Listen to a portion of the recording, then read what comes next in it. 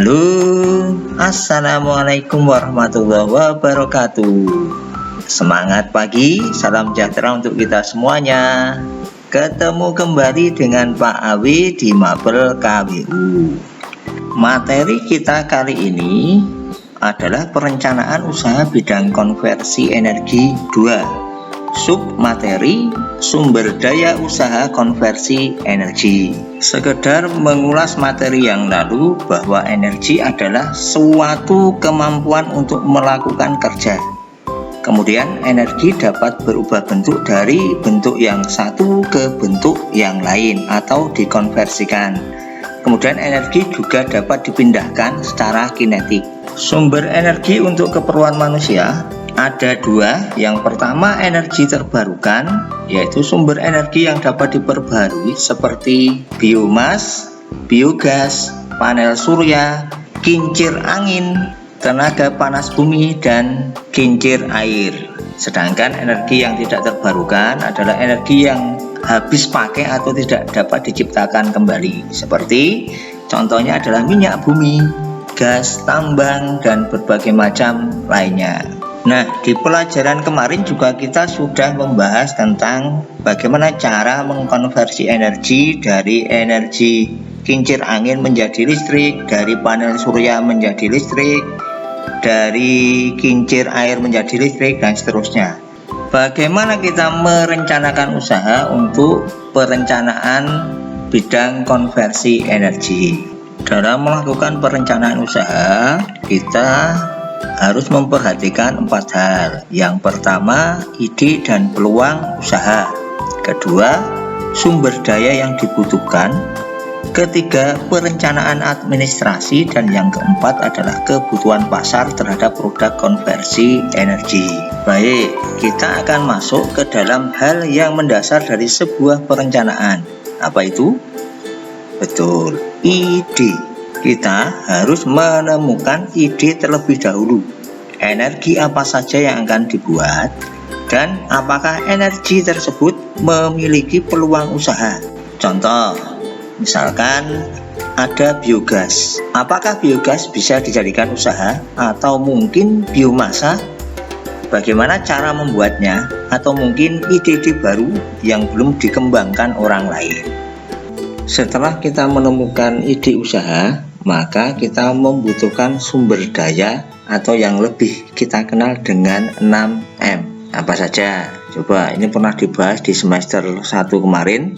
Ya, yang pertama adalah money, material, mesin, method, dan market. Jadi, kita membutuhkan 6 hal ini untuk mewujudkan ide kita menjadi sebuah produk. Diingat-ingat ya, biasanya 6 hal ini akan selalu keluar di pelajaran ekonomi ataupun pelajaran kewirausahaan. Atau sumber daya manusia adalah orang-orang yang kita butuhkan untuk membuat produk walaupun itu dari diri kita sendiri. Money atau modal, kita butuh modal untuk menjalankan ide usaha. Tentu saja banyaknya produk menentukan jumlah modal yang dibutuhkan. Otomatis jumlah modal pasti akan selalu berbeda antara yang satu dengan yang lain, tergantung pada jumlah produk yang dibuat.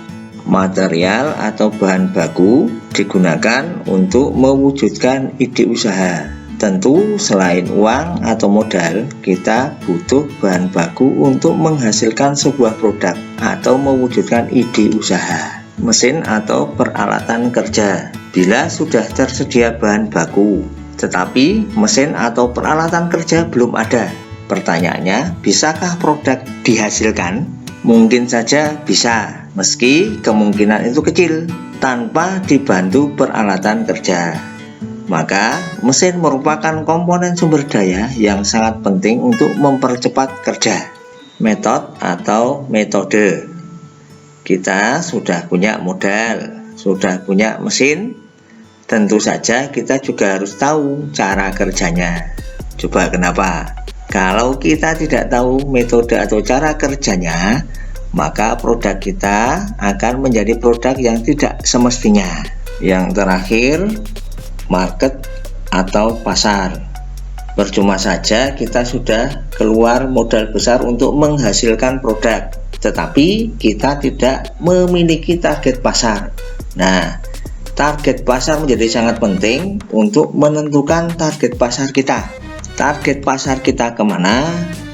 Target pasar kita siapa? Sehingga kita dapat menjual produk kita sesuai dengan target pasar. Administrasi usaha dibutuhkan untuk hal yang sifatnya administratif, seperti perizinan.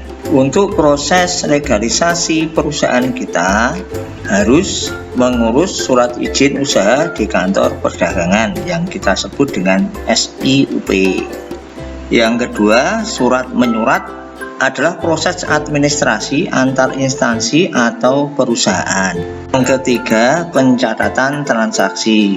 Pencatatan transaksi ini dilakukan sebagai bukti transaksi apa saja yang telah kita lakukan. Misalkan berapa uang yang masuk, berapa uang yang keluar, belanja apa saja, kemudian kita sudah menjual berapa produk, dan lain-lain. Yang terakhir adalah pajak. Jika sebuah perusahaan telah mencapai keuntungan dalam jumlah tertentu, maka perusahaan itu wajib membayar pajak kepada pemerintah.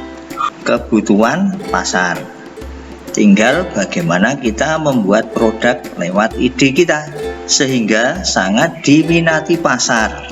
Jangan sampai kita membuat produk yang tidak diperlukan pasar, yang membuat peluang terjualnya sangat kecil. Untuk konversi energi ini, peluang usahanya masih cukup besar dan sangat diminati pasar. Tinggal tentu saja bagaimana kita menemukan ide kreatif dalam membuatnya.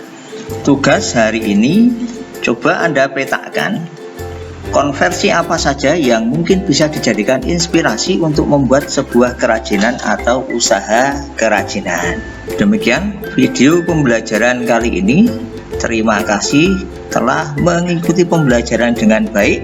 Jangan lupa selalu like, comment, share, dan subscribe channel YouTube ini.